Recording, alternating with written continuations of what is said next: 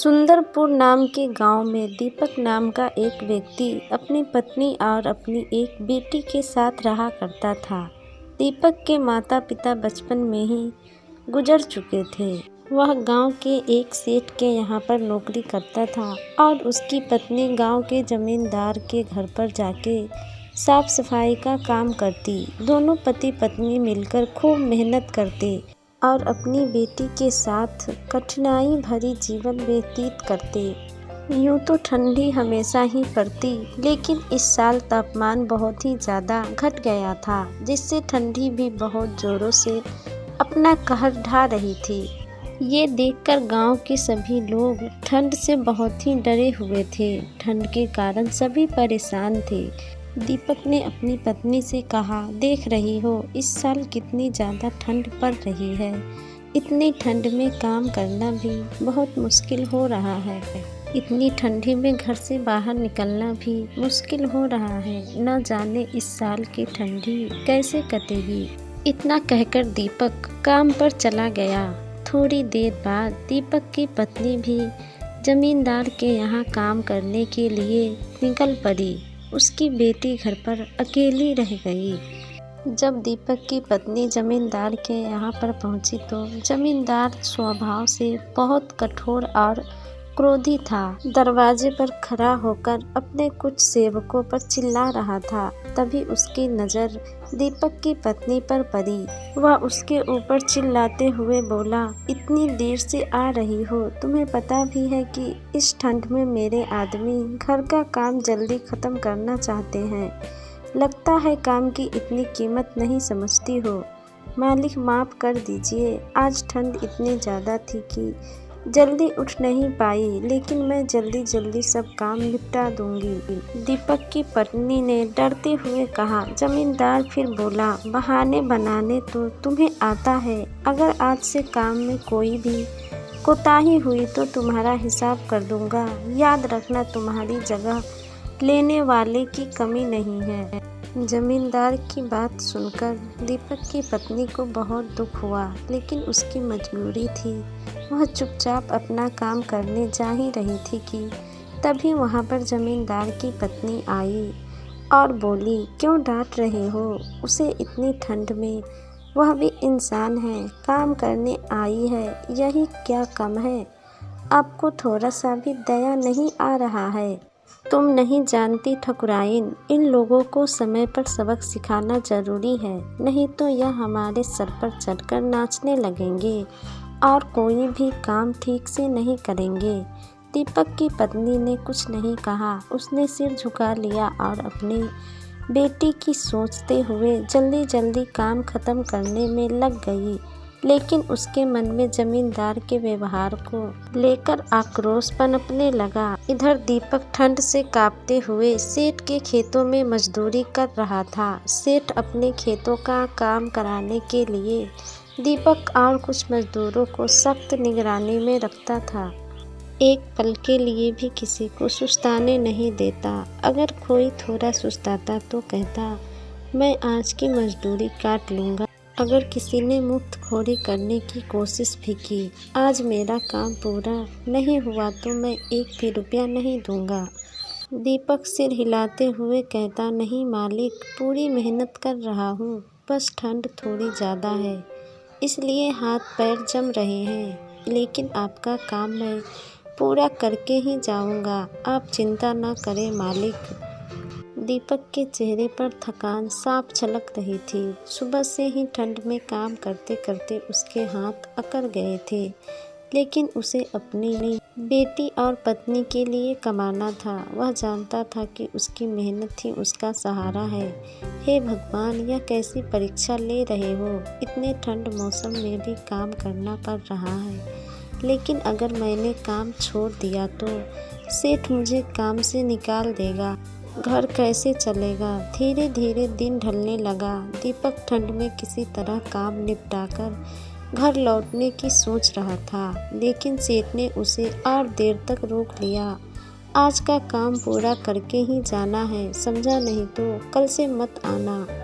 अगर थोड़ा सा भी काम छूटा तो समझ तेरी नौकरी गई। जी मालिक, जैसा आप कहें। दीपक ने मन ही मन सेठ को क्रोध से देखा, लेकिन उसे कुछ कहने की हिम्मत नहीं हुई। उसकी मजबूरी ने उसे चुप करा दिया। वह चुपचाप काम करने लगा। गांव में ठंड और बढ़ने लगी। गांव के लोग अपने अपने घरों में दुबके हुए थे। आग जलाना भी मुश्किल हो गया था, क्योंकि सूखी लकड़ियां की कमी हो गई थी। गरीब परिवार तो और भी ज़्यादा परेशान थे। वे 2 वक्त की रोटी भी नहीं जुटा पा रहे थे। गांव का चौपाल, जहां आम दिनों में लोग बैठकर बात किया करते थे, अब सूना पड़ गया था। ठंड ने हर किसी को घर में कैद कर दिया था। गांव का बुजुर्ग, जो अक्सर गांव वालों को इकट्ठा कर कोई न कोई उपाय बताता था, इस बार भी चौपाल पर पहुंचा। उन्होंने 4-5 लोगों को इकट्ठा किया और बोले, इस बार ठंड बहुत ही भयानक है। अगर हम सब मिलकर कोई उपाय नहीं करेंगे तो कई लोग इसकी चपेट में आ जाएंगे। हमें जंगल से और लकड़ियाँ लानी होगी और हर घर में आग जलाने की व्यवस्था करनी होगी। परंतु जंगल से लकड़ियाँ लाने की हिम्मत कौन करेगा? इतनी सर्दी में तो पैर जम जाते हैं। ऐसे में तो लकड़ियाँ काटने में पूरा दिन लग जाएगा। बेटा, डर से कुछ नहीं होगा। हमें एक दूसरे की मदद करनी होगी। ठंड के आगे हार मान ली तो गांव के कई घरों के चूल्हे ठंडे पड़ जाएंगे। गांव के लोग तो बुजुर्ग की बात से सहमत हुए, लेकिन डर और परेशानी उनके चेहरे पर साफ झलक रही थी। सबने मिलकर फैसला किया कि कुछ लोग जंगल से लकड़ियां लाएंगे, जबकि बाकी लोग आग जलाने के लिए पत्थरों की व्यवस्था करेंगे। लेकिन गांव वालों को अंदाजा नहीं था कि आने वाले दिनों में ठंड के साथ साथ और भी बड़ी मुसीबत उनका इंतजार कर रही थी। गांव की यह सर्दी केवल मौसम के मारे नहीं, बल्कि एक बड़ा इम्तिहान लेकर आई थी। दीपक के घर लौटने के बाद उसकी पत्नी ने उसे बेटी की तबीयत के बारे में बताया। दीपक ये सुनकर और चिंता में डूब गया। थोड़ी देर बाद बोला, ऐसा लगता है कि ठंड अब बर्दाश्त के बाहर हो रही है। घर में आग जलाना जरूरी है, लेकिन लकड़ी कहाँ से लाऊं? सेठ ने आज इतनी देर तक काम कराया कि लकड़ी लाने का समय ही नहीं मिला। दीपक की पत्नी बोली, मैंने सोचा था कि जमींदार से कुछ मदद मांग लूंगी, लेकिन वो तो आज मुझ पर ही गुस्सा करने लगे। उन्होंने मेरी हालत तक नहीं देखी। जमींदार और सेठ जैसे लोगों को हमारी तकलीफों से क्या मतलब? उनके घर तो हमेशा गर्म रहते हैं और हम गरीब लोग जैसे तैसे ठंड में भी अपना पेट पालने की कोशिश करते हैं, लेकिन यहाँ लोग हमें इंसान तक नहीं समझते। इतना कहकर दीपक की पत्नी घर से बाहर गई और कुछ घास और टूटी लकड़ियाँ इकट्ठा की। उसने बचाकर रखी थी और दीपक से बोली, मैंने कुछ लकड़ियाँ और घास बचाकर रखी थी। इससे ज़्यादा देर तक आग नहीं जल पाएगी, लेकिन बेटी को ठंड से थोड़ा आराम मिल जाएगा। जैसे तैसे करके दीपक ने आग जलाया, जिससे उसके घर थोड़े गर्म हो गए। फिर दीपक ने अपनी पत्नी से कहा, क्या ठकुराइन ने तुम्हारी कोई मदद नहीं की? वो तो आम तौर पर दयालु दिखाई पड़ती है। उन्होंने एक रजाई दी थी जो मैंने अपनी बेटी को ओढ़ा दी, लेकिन जमींदार के गुस्से की वजह से मैं ज़्यादा कुछ कहने की हिम्मत नहीं कर सकी।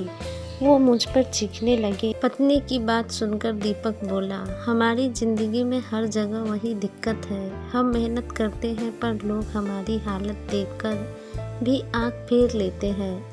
न जाने क्यों लोग हमसे इतनी नफरत करते हैं। दोनों पति पत्नी आपस में बात कर रहे थे कि लकड़ियाँ की आग बुझ गई। दीपक की बेटी की तबीयत बिगड़ने लगी। दीपक इधर उधर लकड़ियाँ की तलाश करने लगा, पर कहीं भी लकड़ियाँ नहीं मिला। दीपक को मजबूरन आधी रात के समय लकड़ी लाने के लिए जंगल की ओर जाना पड़ा। दीपक की पत्नी बुझी हुई आग के सामने बैठकर चिंतित थी और दिल ही दिल दुआ कर रही थी कि दीपक सही सलामत लौट आए। काफ़ी देर बीत गया पर दीपक लकड़ी लेकर नहीं आया। इधर उसकी बच्ची की तबीयत बढ़ती ही जा रही थी। धीरे धीरे उसकी सांसें फूलने और उसका शरीर ठंडा पड़ने लगा और उसकी आंखें बंद हो गई। ये देखकर दीपक की पत्नी जोर जोर से चिल्लाने लगी। उसकी रोने की आवाज़ पूरे गांव के सन्नाटे को चीर रही थी। थोड़ी देर बाद जैसे ही दीपक घर आया, वह देखा कि उसकी पत्नी बिलख बिलख कर रो रही थी। फिर उसने अपनी पत्नी से पूछा, क्या हुआ? हमारी बेटी हमसे छिन गई, हम उसे नहीं बचा पाए। दोनों पति पत्नी ठंड से हार गए थे। उनकी बेटी उनकी पूरी दुनिया थी, अब नहीं रही। उनके रोने की आवाज़ ने पूरे गांव को झकझोर कर रख दिया। यह ठंड ने गांव के कई घरों को ऐसे ही दर्द दिए। अब दीपक के जीवन में सन्नाटा छा गया था। वह छोटा सा घर जो कभी उसके बेटी की हंसी से गूंज रहा था, अब एक सुनसान खंडर जैसा लगने लगा था। और उनके दिल में बेटी को खोने का गहरा दर्द जम चुका था। दीपक की पत्नी ने खाना बनाना बंद कर दिया। दीपक ने काम पर जाना छोड़ दिया। वो दोनों दिन रात बस एक कोने में बैठे रहते और अपने बच्चे के खोने का शोक मना रहे थे। ऐसे ही दिन बीत गए। ठंड अपने चरम पर थी। दोनों ने खाना पीना छोड़ दिया था। दोनों के शरीर कमजोर हो चुके थे। दीपक की पत्नी एक कोने में बैठी हुई थी, जैसे अपनी सारी ऊर्जा खो चुकी हो। दीपक अपनी पत्नी के पास आया और बोला, शायद अब हमें भगवान के पास जाने का ही समय बचा है। यहाँ हमारी कोई ज़रूरत नहीं। हमारा बच्चा हमें पुकार रहा होगा। शायद अब उस जीवन में कुछ बचा नहीं। ठंड ने सब छीन लिया। हाँ, मुझे भी यहाँ नहीं रहना अब और सहन नहीं होती। वह दोनों ऐसा कहकर आग के पास बैठकर सुबह का इंतजार करने लगे। अगली सुबह गांव वालों ने दीपक और उसकी पत्नी को घर के अंदर एक दूसरे का हाथ पकड़ ठंड में जम चुके पाया। उनके चेहरे पर एक अजीब सी शांति थी, जैसे उन्होंने अपने बच्चे के पास पहुंचकर सुकून पा लिया हो। गांव वालों के लिए यह एक और दुखद खबर थी। ठंड ने एक और परिवार को खत्म कर दिया। गांव के लोग दीपक और उसकी पत्नी को याद करते हुए उनके घर के पास आग जलाने लगे, मानो उनकी आत्मा को शांति देने की कोशिश कर रहे हो। ये ठंड का मौसम सिर्फ बर्फ नहीं बल्कि कई घरों की खुशियां अपने साथ ले गया। गांव अब गहरे सन्नाटे में डूब चुका था। गांव के लोग दीपक और उसकी पत्नी की कहानी को कभी नहीं भूल पाए। उनका घर जो अब खंडर बन चुका था, गांव के लोगों के लिए एक चेतावनी बन गया। गांव के बुजुर्ग अक्सर बच्चों को उस परिवार की कहानी सुनाते और कहते, ठंड से लड़ने के लिए हमें साथ रहना होगा। अगर हम एक दूसरे की मदद नहीं करेंगे तो और भी परिवार ऐसे ही खत्म हो जाएंगे। इस हादसे ने गांव वालों को झकझोर कर रख दिया। अब सभी ने ठंड से बचने के लिए एक दूसरे की मदद करनी शुरू कर दी और गांव के लोग मिलजुल कर रहने लगे, एक दूसरे की मदद करने लगे और सभी खुशी से जीवन बिताने लगे।